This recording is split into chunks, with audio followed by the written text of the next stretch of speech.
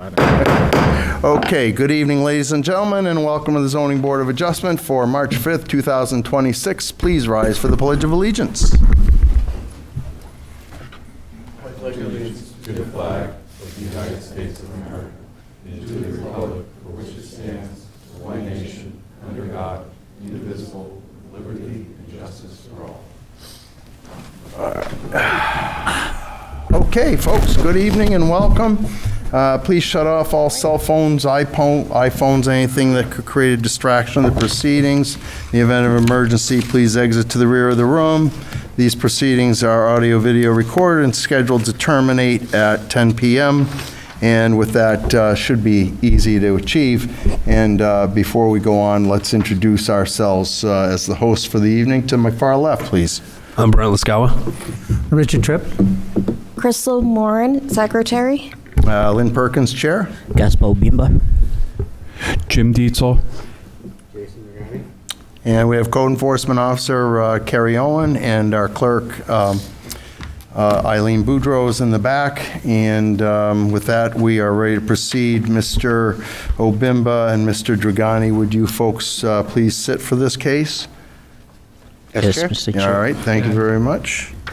Mr. Dietzel? Mr. Chair, I'm going to recuse myself and step down. I have a business relationship with counsel for the applicant. Very good. Thank you, Mr. Dietzel.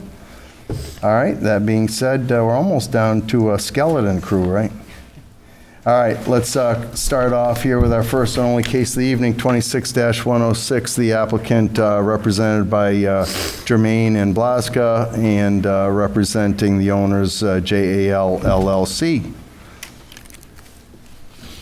Good evening, gentlemen. Good evening. Welcome. And Mr. Germaine, Attorney Germaine, as you've been with us many times, I'm sure you're familiar with our protocol, and I yield to you.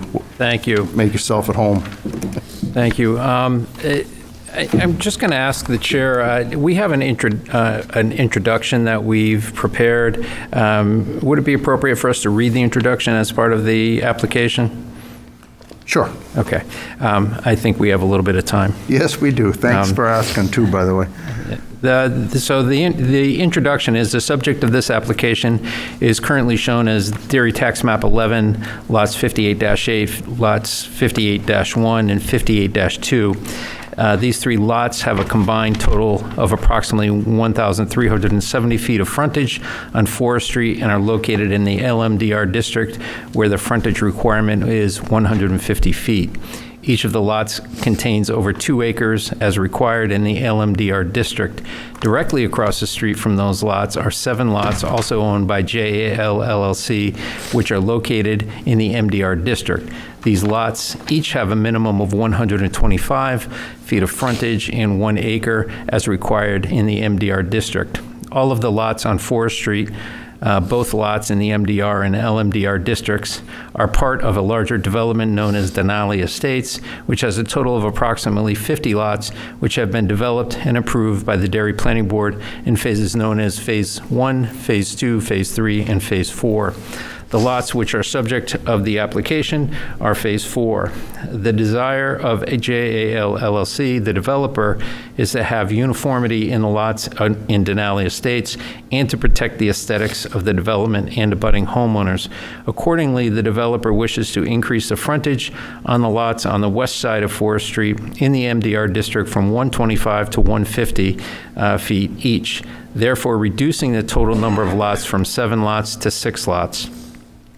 Simultaneously, the developer wishes to subdivide the lots on the east side of Forest Street such that they will each also have a minimum of 150 feet of frontage. However, that would require that the lots in the LMDR district have less than 2 acres each. The current proposal is to subdivide lots 58-8, 58-1, and 58-2 into 6 separate lots rather than the current 3, which will require a variance. The new lots in the MDR district will each have a minimum of 150 feet of frontage, exactly like the lots on the opposite side of Forest Street, but will have less than 2 acres each. Upon the approval of this application for the variance, the plan will be subject to Derry Planning Board approval.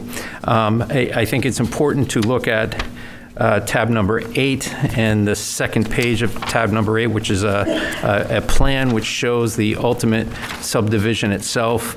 And you see lot 58-8, 58-1, 58-2, 58-8, 5, 58-8, 6, 58-8, 7. And what's important for that is you can see that this is a very unique plan in that you have an MDR district across the street and the LMDR district across the street, which bisects the lots across the street. So essentially, we were going from 3 lots, eliminating a lot across the street, and making it 150-foot frontage on both sides of the street, and then we would pick up ultimately 2 extra lots is what we would pick up. I will read the application consistent with the way that we typically do this, and then we'll give you an opportunity to ask us questions. Also with me is Granite State Engineering. They are the ones who prepared the plans themselves. The variance will not be contrary to the public interest. For a variance to be contrary to the public interest, it must unduly and to a marked degree violate the basic zoning objectives of the zoning ordinance. The variance does not alter the essential character of the neighborhood or threaten the health, safety, or general welfare of the public. The proposed lots will meet all other requirements of the zoning ordinance and are similar in size to lots on the opposing side of Forest Street. The lots will be used for residential building purposes consistent with the neighborhood. There will be no threat to the health, safety, or general welfare of the public, as the new lots will not involve the construction of any additional roadways, create any intersections, or increase traffic flow. The proposed plan adds only additional 3 residential lots to the neighborhood. The additional lots on Forest Street do not create any significant distance or driveway congestion issues. The granting of this variance will not be contrary to the public interest. The spirit of the ordinance is observed. The spirit of the ordinance is to promote the health, safety, and general welfare of the community. The application does not violate the spirit of the ordinance. The lots are serviced by municipal water, eliminating the need for private wells. The requested variance does not add to congestion in the streets. The lots will have sufficient area designated by the town for the entry and exit of emergency vehicles, will contain the required frontage, and will maintain the residential character of the neighborhood without the construction of additional roadways. In fact, due to the configuration of the lots and those abutting lots on Daniel Road, the residences will be built on the new lots on Forest Street will be difficult to see from the residences on abutting lots on Daniel Road. Again, these are all single-family homes. The New Hampshire Supreme substantial justice is done. The New Hampshire Supreme Court has stated in Malik A. Glenn Associates versus Town of Chichester that perhaps the only guiding rule is in this factor is that any loss to the individual that is not outweighed by a gain to the general public is an injustice. The property being subdivided is over 6 acres. Due to the unique configuration of the property, it cannot be used to its full potential without the requested variance. Further, the lots are serviced by municipal water. The values of surrounding properties are not diminished. The residences to be constructed on the lots will be valued consistent with other residences in the Denali neighborhood. There is no concern or indication that the granting of this variance will diminish the value of surrounding properties. The proposed lots will all exceed 150 feet of frontage, consistent with those lots on the opposite side of Forest Street, as we already talked about. Literal enforcement of the provision of the ordinance would result in an unnecessary hardship. No fair and substantial relationship exists between the general public purpose of the ordinance provision and the specific application of the property to the property.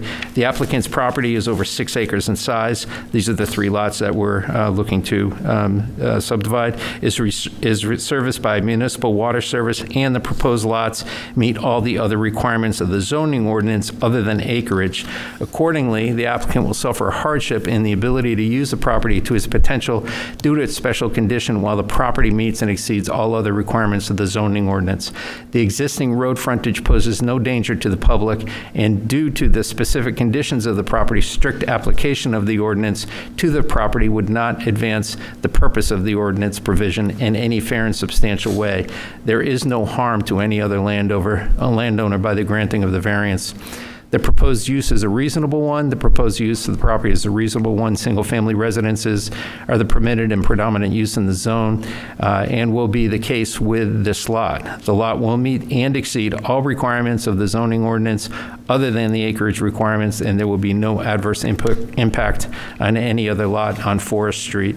The tabs themselves are the deeds, the abutter list, and the cover letter itself.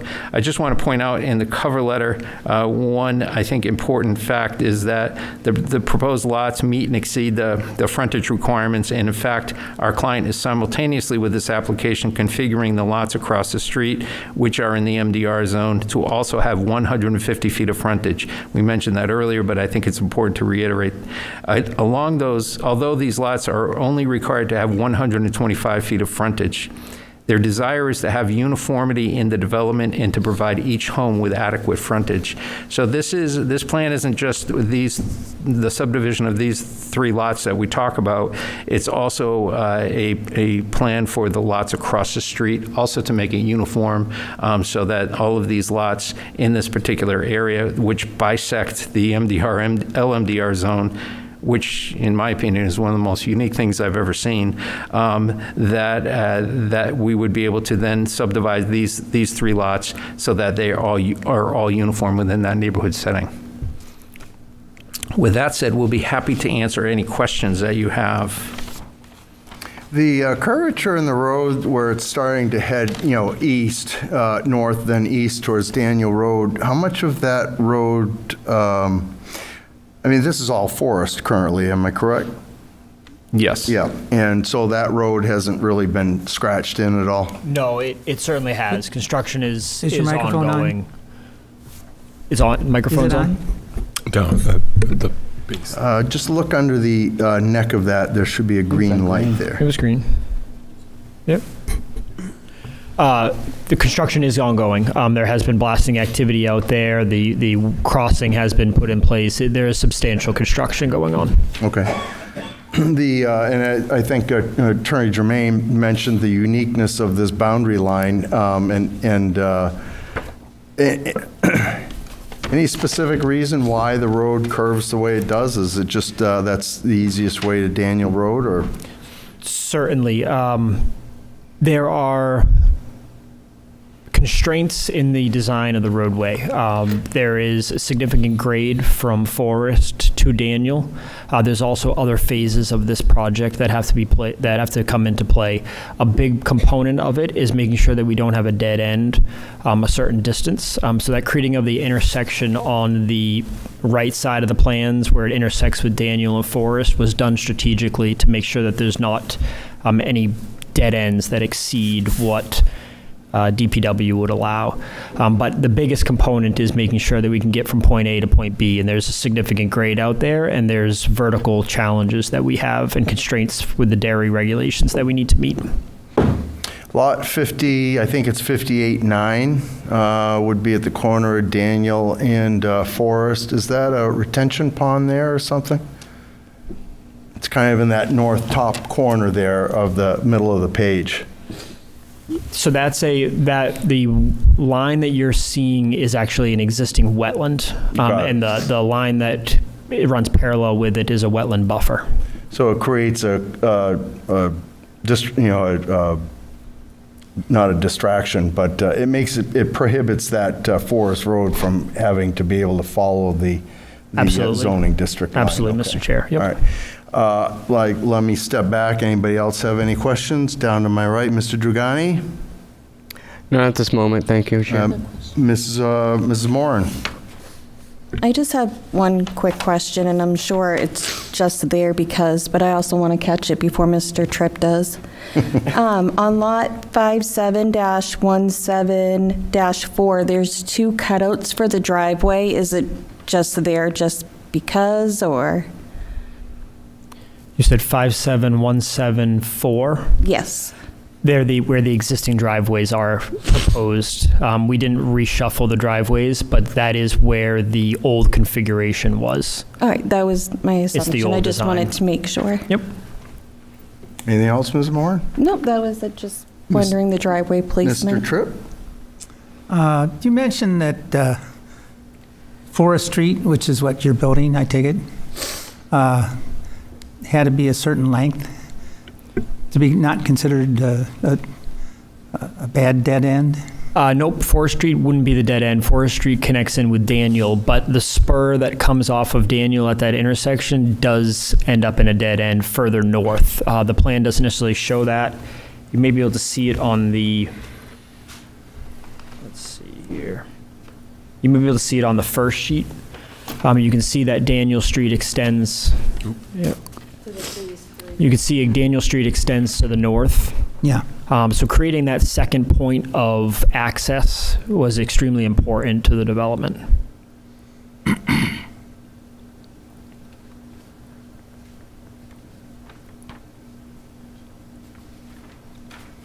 All set for Could you now? say that again? Yeah. Sure. So the intersection of Forest and Daniel, if you take the cursor right to and go up, yep, right there. That's the intersection that you're seeing on that other sheet. Daniel continues north and creates a dead end with a cul-de-sac at the end. Creating a second means of access from Forest that connects into Daniel is essential to the design of this development. All right. If you'd have said a second point of access, I would have understood that. Sorry about that, Mr. Tripp. Yeah. You have to talk slow. I will. Anything else, Mr. Tripp? Not right now. Mr. Obimba? I don't know the history of this lot and the zoning, Mr. Chair. Do we, when we demarcate places to be, because here we have low, medium, and then medium in the same, I'm assuming this was one lot owned by the same person. Is that part of what we consider when the planning board decides where the Not zoning? sure I follow you. We have one, these were essentially one lot, right, by the Yep. same owner. Do we know why it falls into this category, if it's the same lot, and why the lots wouldn't, the boundary for the zoning wouldn't follow, so that one owner is not What the intent of the ordinance was, correct like why it was drawn right for the there. same lot, same owner, yeah. Mrs. Owen, would you happen to have a knowledge of the history and when this zoning district was created? I do not, unfortunately. I'm sorry, but I'm assuming it was created before this And the plan L came in play. Street side has, I know the L Street side has a lot of duplexes and there's trailer parks, so maybe that's why they have MDR and then the other has LMDR. And I think the LMDR side has a lot of new construction, so maybe, but that's 100% just a guess from living in Derry. Attorney Germaine or your affiliate, care to address that question at all? Any knowledge of the history here? I don't know what the history is of this particular very straight line. Yeah. Typically, when we see the zones, they usually follow existing property lines or streets. This is a very unique situation in that you have a zoning line bisecting lots. And it just creates a hardship, essentially. But it creates a problem when trying to create lots like this when you're a stone's throw away from a completely, this would be conforming if it was just moved over a little bit. So that's what makes this unique. So I don't know the history behind this. Got it. I mean, overall, and I think Mr. Attorney Germaine just emphasized a point, right, which is that central decision-making is great until you actually have to walk the geography of the land, and that's where the difficulty comes in. It's hard to project where a road will go until you run into the wetlands, and then you need to detour that road. And I think that I can concur with what Mr. Attorney Germaine emphasizes here, is that essentially because of the way it's drawn and the contour of the land, it does create part of the hardship there. Correct. I mean, I was asking that for that point of hardship, but also to see whether the spirit of the ordinance here will apply. I just wanted him to speak in terms of density, Because if they want, 2 acre lots, and now we're splitting that and getting an acre lots, that means, for a 6 acre parcel, we have 6 lots instead of 6 units, instead of 3. And that increases density, which is contrary to what that ordinance is supposed to observe. And I was asking the history just to see whether we can make that point, that sometimes when we create those zoning boundaries, I guess it makes a very gray area between how you want to define hardship versus what the spirit of that ordinance really is. Well, without understanding or knowing off the top of our head when that district was created and why, essentially, if you understand that these are lots of record, am I correct, prior to this? Yeah. Yes. And so if you have a lot of record, and then just because the zoning district has changed makes it non-conforming, sometimes it almost becomes an illicit taking of one's property, which is where the whole idea of the zoning board and being a relief valve, so to speak, plays in. Yep. You good there? Yep. All right. Mr. Lascala, you have any questions? I just want to touch on one thing. I think in regards to where this line is, as to why it's shaped like that, I think it has to do with the proximity to Beaver Lake. But other than that, why it's the way it is, I don't quite know. I was having a trouble wrapping my head around the unnecessary hardship, but I do believe that it was answered throughout the presentation tonight. So other than that, I have nothing else, Mr. Chair. Perfect. Okay, thank you. Anybody else? Hearing nothing? I just want to make one more point, and I mentioned it in the presentation itself, and that this is all serviced by town water, which really takes a lot of pressure off of the lots themselves. They will be serviced by a septic system, and I think that goes to the question of density. But the fact that we're increasing the frontages across the street to make them consistent with both sides is significant, and I think that says a lot about the developer as well. Yeah, I think it creates a decent average, and our own ordinances provide for that averaging of just setbacks, but I think it could be considered in other ways as well, and kind of a noble cause to lose one lot to make all of these consistent throughout the street. So I understand. Mrs. Moore? agree with that. I was looking at the other properties width-wise. They all match very much. In the second drawing, what they're here for matches the other neighborhoods. Even if the acreage is different or off, it'll be more conforming towards what the neighborhood looks like. Yeah, are the lots on Daniel Road the same way? They're all 150-foot frontages? They are. They're all 150-foot frontages, which has been super successful with the development so far. If anyone's driven out there, the 150 feet is, what they're finding is creates a very nice lot. So we'd like to continue with that theme of 150 feet.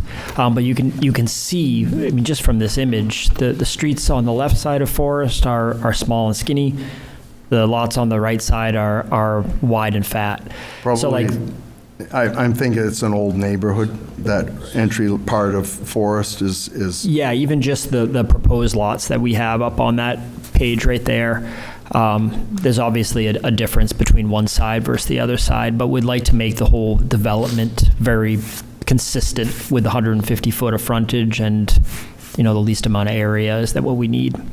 Yeah, the Daniel Road project has some nice balance between the square footage of the house, of the homes built, and the lot sizes. And municipal water has helped a lot with that, not having to have wells with the protective well radiuses. Yep. I highly doubt when the zoning was done at a high level, they anticipated water in the 2-acre zoning.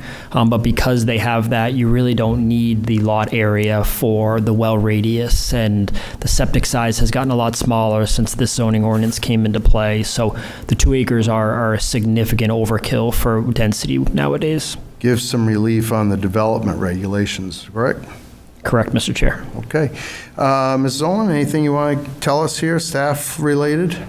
I think pretty much everything was stated and well explained, and I don't have a lot of new information to add other than this is obviously a unique zone, as we're aware of, and the lots, even though the lots on the west side are zone MDR, and the zoning line actually bisects those handful of lots, the lot that is the majority of the zone takes precedence, so that's why even though part of the lot's still in LMDR, it's still considered MDR. Beyond that, I think, as we're aware, this is Phase 4, received planning board approval, so if the board chooses to approve this evening, then a subdivision or revision to the prior subdivision approval would be required from the planning board, and then the normal inspection, state inspection process. And then municipal water and private septic, and then same thing that is happening right now with the new residents that are under construction and that have been completed. Then these also would apply a cistern or a residential sprinkler system would be a requirement. Very good. Thank you. Any questions for code enforcement from any of the board? Seeing no gestures there. All right. Let's make a call to public. Gentlemen, you know the protocol. If anybody comes up, you'll have an opportunity to rebut. Thank you. At this time, we'll make a call to public. Anybody who wishes to support this application, this would be your opportunity to come forward and speak and be heard. Seeing no gestures there. Anybody in opposition to this development proposal, this would be your opportunity to come forward as well. And again, seeing no one rush the dais, folks, you're all set there. Anything left you wish to share with the board? All right, very good. We could take a motion to go into deliberation if everyone's all set. Yes. I'll make the motion. You'll make the motion to Deliberate. Thank you very much. I have a second, please, Mr. Tripp. Second. All right, very good. All in favor of deliberation, say aye. Aye. Any opposed? All right. Anybody wish to lead off? I will. If All you right, want. Mr. Giuliani?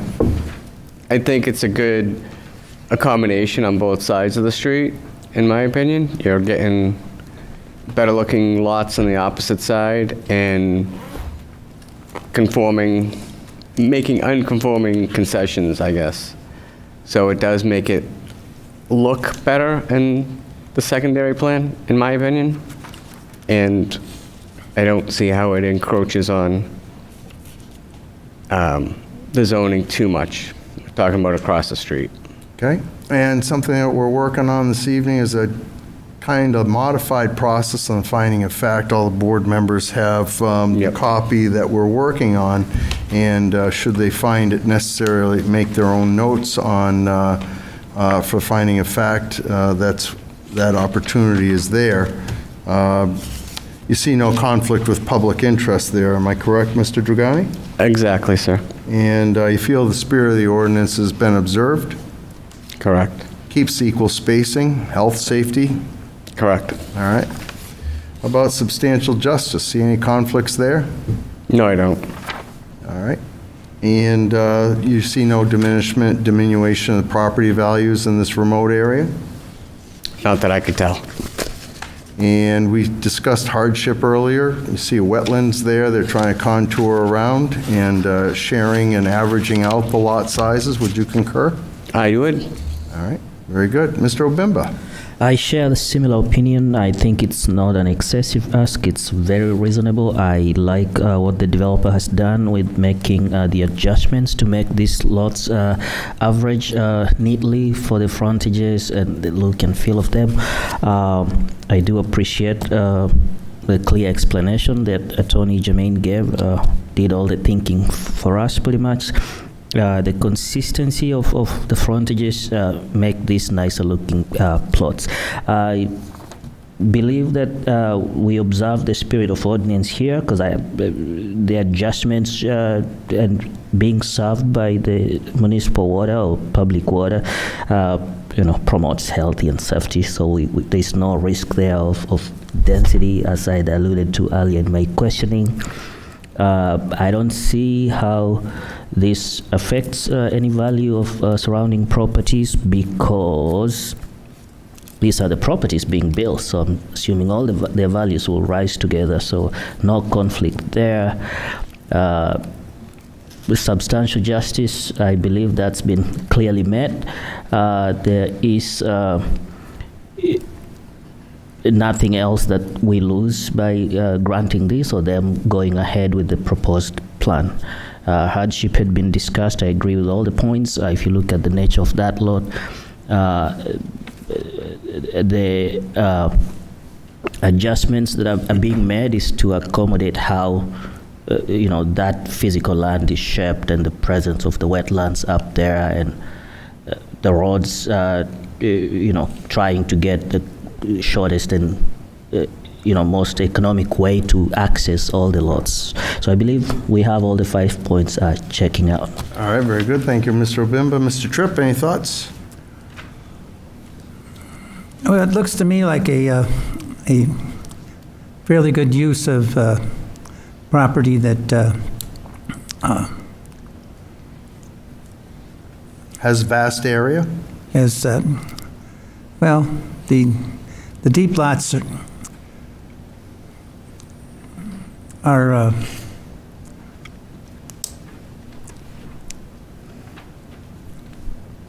of some concern, but since it's a new development, it gives the people that are interested in buying into it,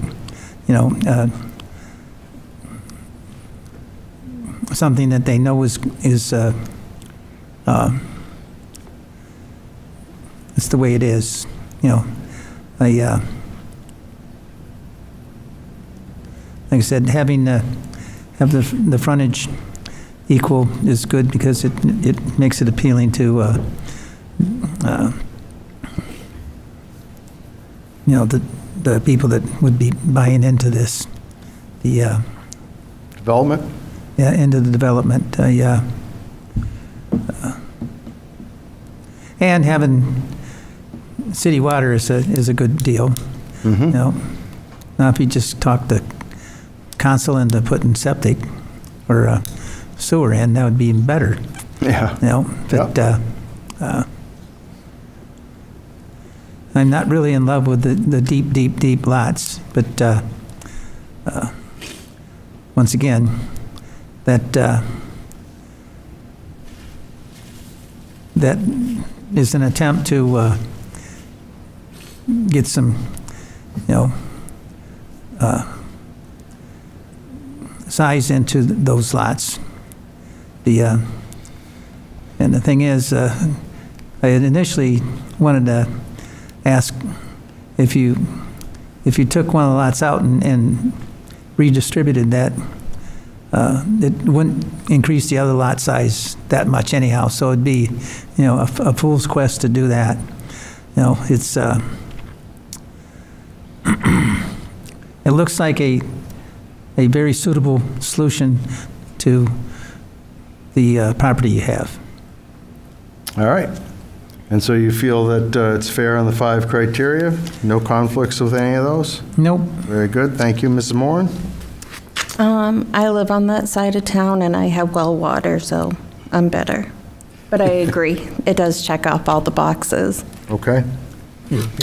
Yeah, I want town water. Yeah, so we hit on the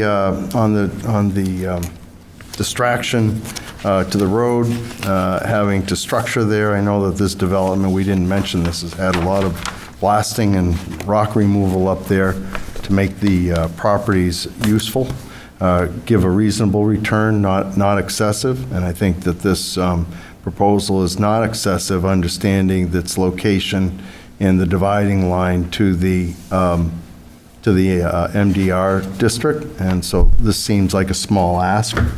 I don't see anything here contrary to the public interest, as it's consistent with what is being produced in its locality.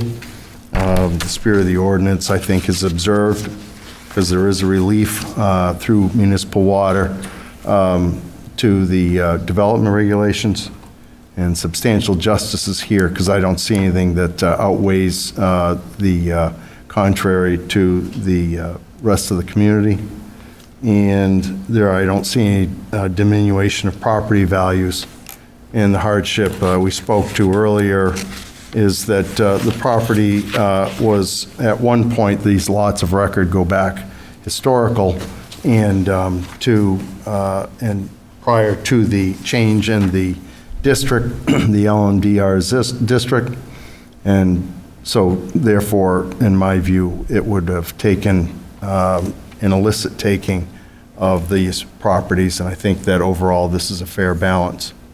That being said, that we've gone through the 5 criteria, touched on it with everybody. Let's structure the motion. We have subject to obtaining all state and town permits and inspections. Mrs. Owen, we can consider the planning board revision part of that as well? Yes. All right, very good. So we don't need to note that separately. Any other conditions the board wishes to apply to this motion? Seeing no gestures there. All right, we have a motion structured. If I can have a motion come out of deliberative, please. So moved. Thank you, Mr. Tripp. And a second, Mr. Obimba. I'll second the Thank you, motion. sir. All in favor of coming out of deliberative, say aye. Aye. Any opposed? Mrs. Moran, you have a motion to read. I do, thank you.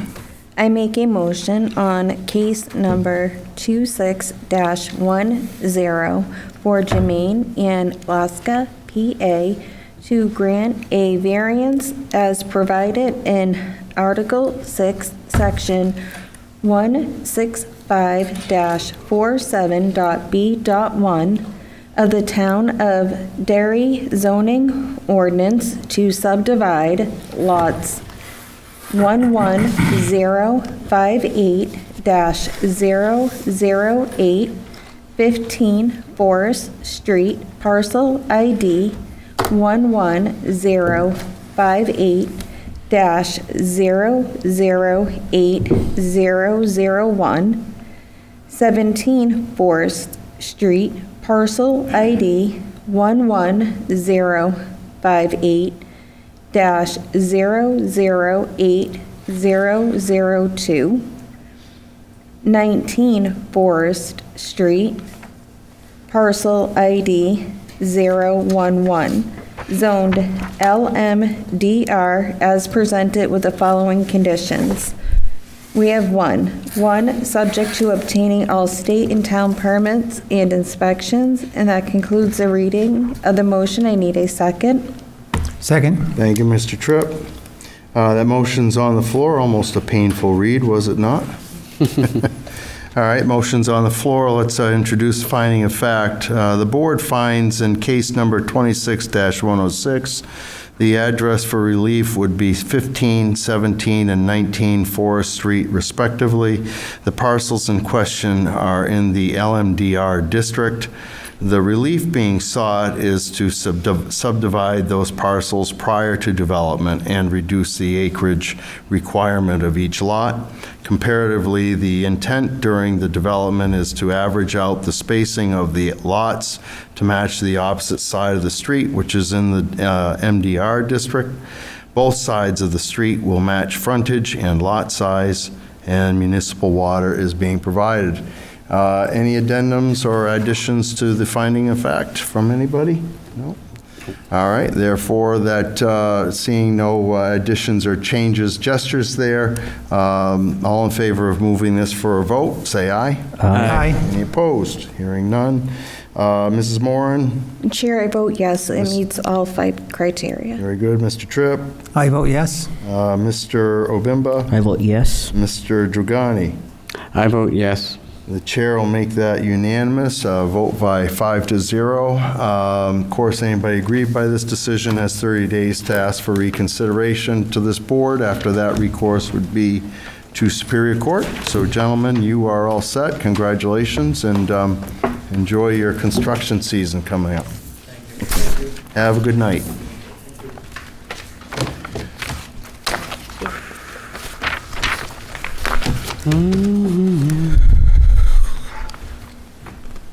And by the way, thanks for your patience as we work through some new added criteria. Next up, we have no other cases. I'd like to have an approval of minutes for February 5th, 2026. A motion for that, please, as, was that presented? 2/5/26 as presented, you have no changes? All right, very good. As presented, please. I'll make a motion to accept the February 5th, 2026 motions as presented. A second, please. I'll second the motion. Mr. Obimba seconds that. All in favor of that, say aye. Aye. Any opposed? I'd like to table 219, please. I'd like to make a motion to table the February 19th, 2026 minutes, please. Second? Thank you, Mr. Tripp. All in favor of that motion, say aye. Aye. Any opposed? All right. So we have no cases coming up, correct, Ms.? Correct, And so our next meeting will be the 1st of April. correct. The second meeting in April will be in May. Correct, Correct. yes. All right. Town council takes the room over for budget, and we would have no follow-up there. And you suspect we have 2 cases coming up in April? I believe so. They're trying to target those dates, yes. Okay, very good. Just a board note, Mr. Burgess will no longer be joining the board. I've worked with Donald for 15 years now, not contiguously, as he stepped down one point and protest, but he has been enjoyable to work with, and he'll be missed, and we wish him well. So, that being said, no other business before this board, so we can take a motion to adjourn. I'll make the motion to adjourn. Thank you, Mr. Obimba. Mrs. Moran? I'll second Mrs. it. Moran seconds. All in favor of that adjournment, say aye. Aye. Any opposed? Have a good night, everybody.